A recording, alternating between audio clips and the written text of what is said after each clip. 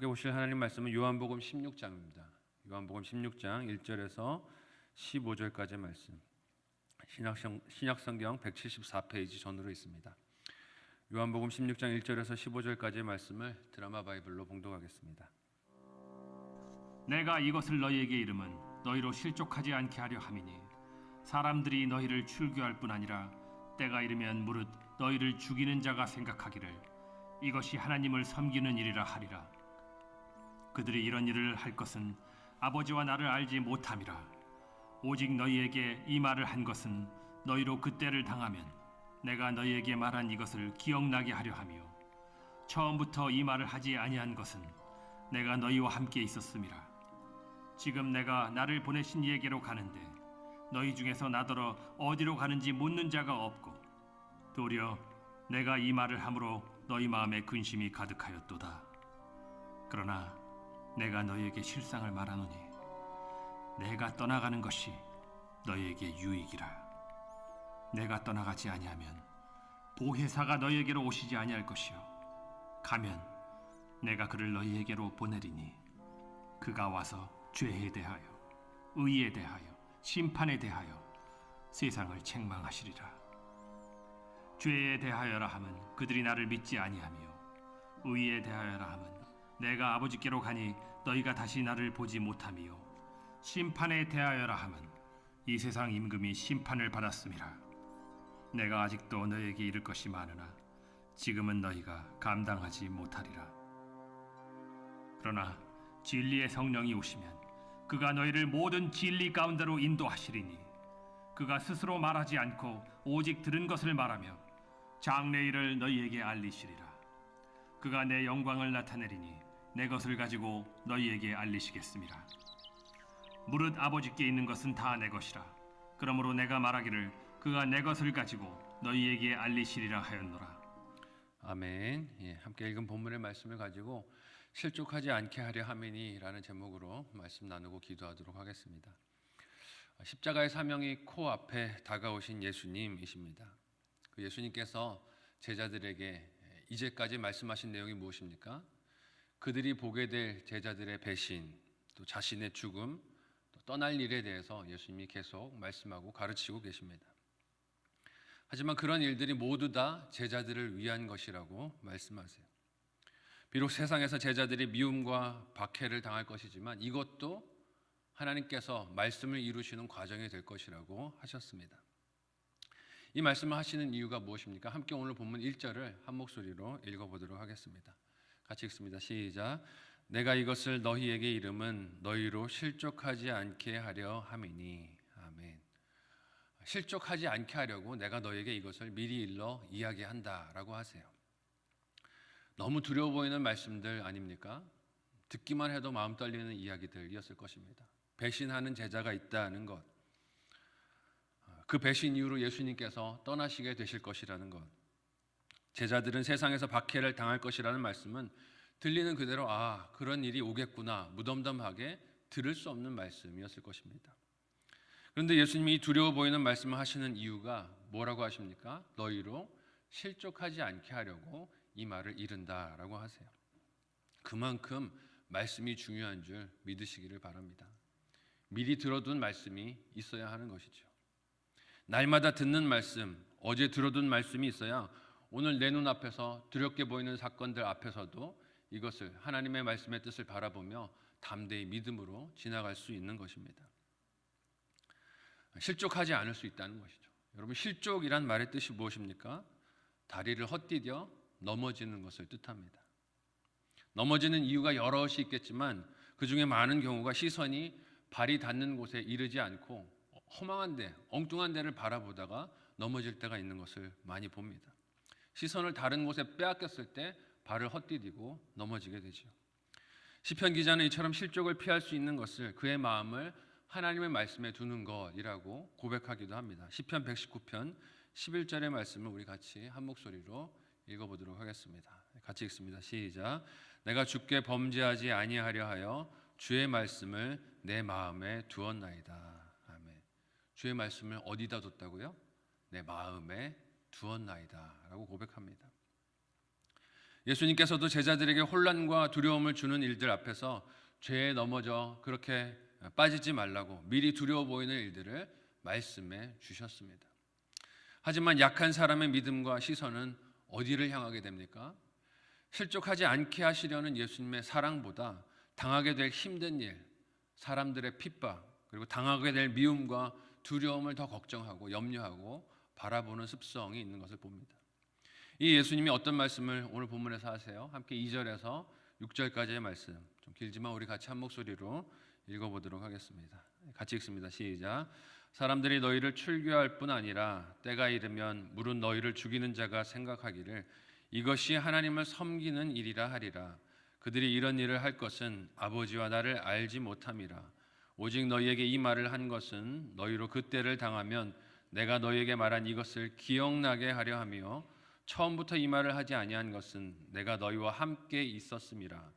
지금 내가 나를 보내신 이에게로 가는데 너희 중에서 나더러 어디로 가는지 묻는 자가 없고 도리어 내가 이 말을 함으로 너희 마음에 근심이 가득하였도다. 아멘. 예수님은 제자들이 당하게 될 출교, 이것이 박해가 될 것이라고 말씀하세요.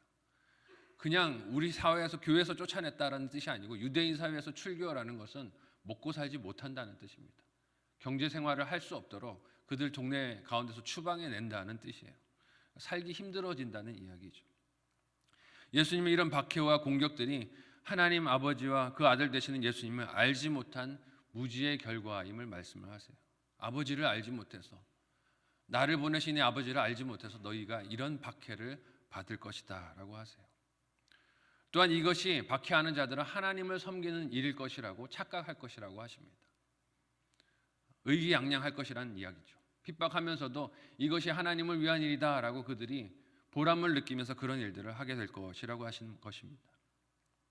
이런 예수님의 예언은 이후에 교회 핍박자로 그렇게 섰던 혈기등등했던 바울의 회심전 모습을 기억하고 돌아보게 합니다. 예수님이 이런 박해와 공격들이 하나님 아버지와 그 아들 되시는 예수님을 알지 못한 무지의 결과이라고 하십니다.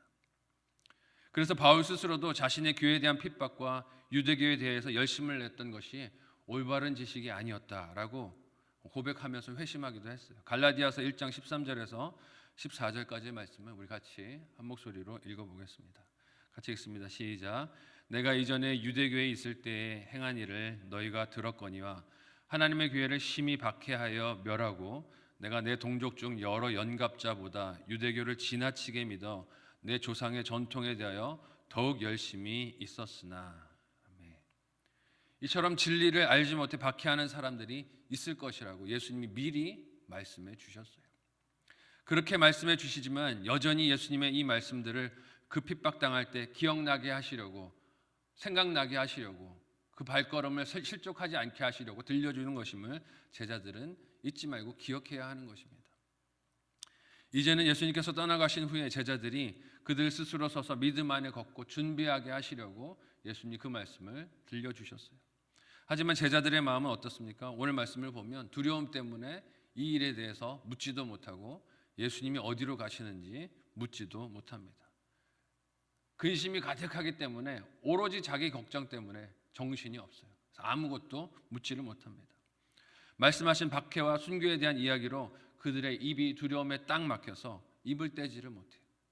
하지만 예수님은 그 두려움이 실상이 아니라고 하십니다. 함께 오늘 보면 7절에서 11절까지의 말씀을 한 목소리로 읽어보겠습니다.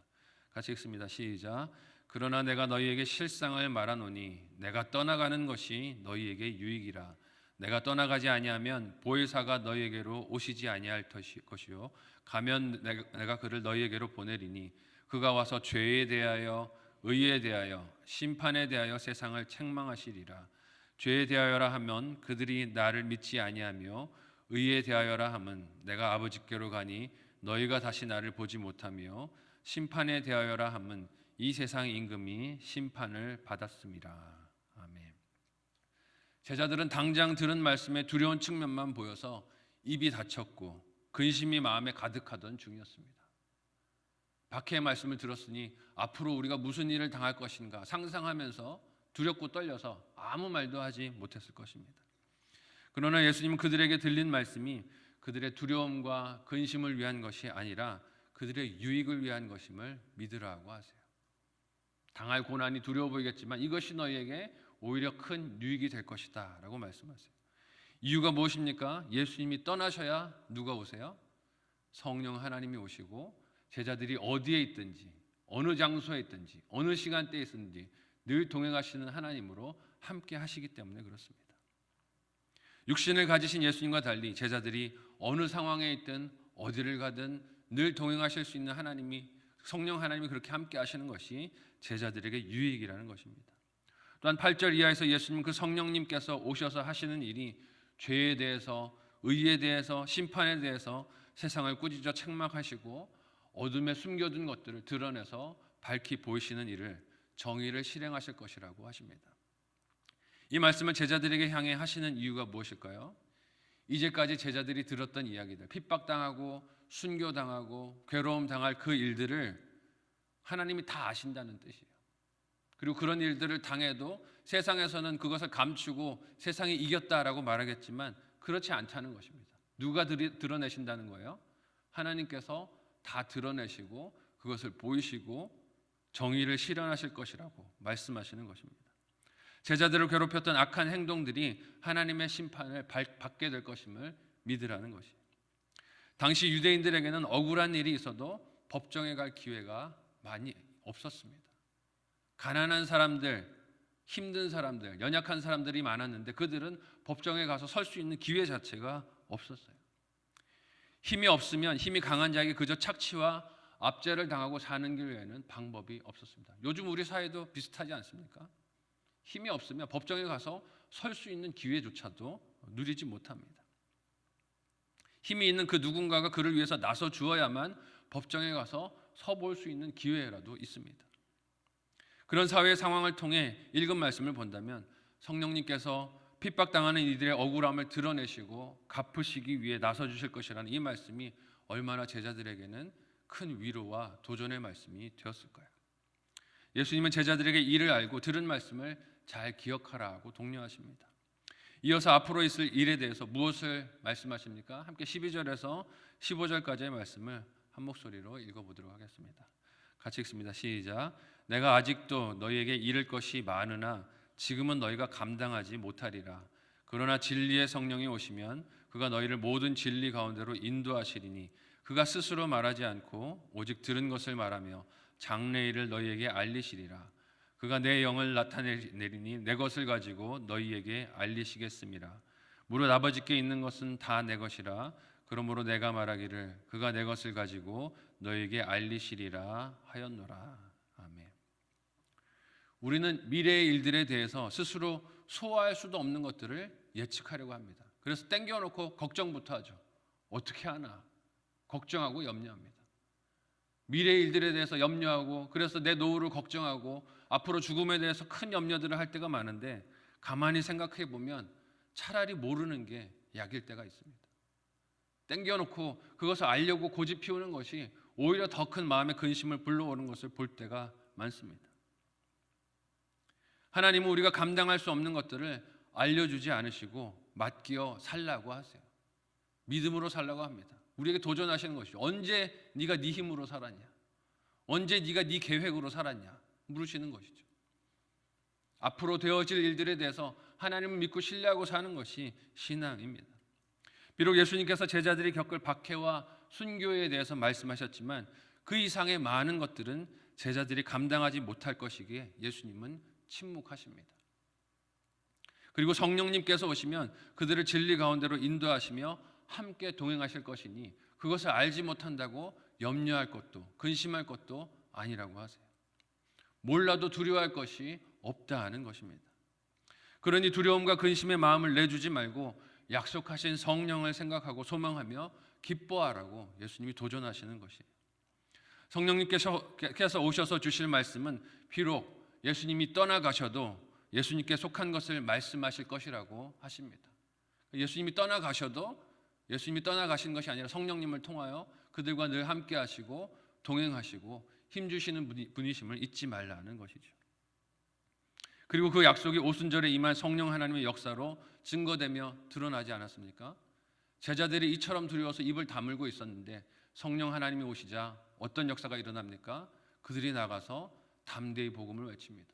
죽음을 두려워하지 않습니다. 미래 일들에 대해서 염려하지 않아요. 내일 무슨 일이 펼쳐질 것인가 걱정하면서 오늘을 근심으로 그렇게 살지 않습니다. 오늘을 믿음으로 살아요. 감사함으로 살지요. 저와 여러분의 믿음이 어느 수준인지 돌아볼 수 있었으면 좋겠습니다. 오늘 나의 두려움이 무엇입니까? 오늘 나의 걱정과 염려가 무엇입니까? 길을 잃을까? 고난에서 나 홀로 남을까? 마음을 휘감는 근심이 있으십니까?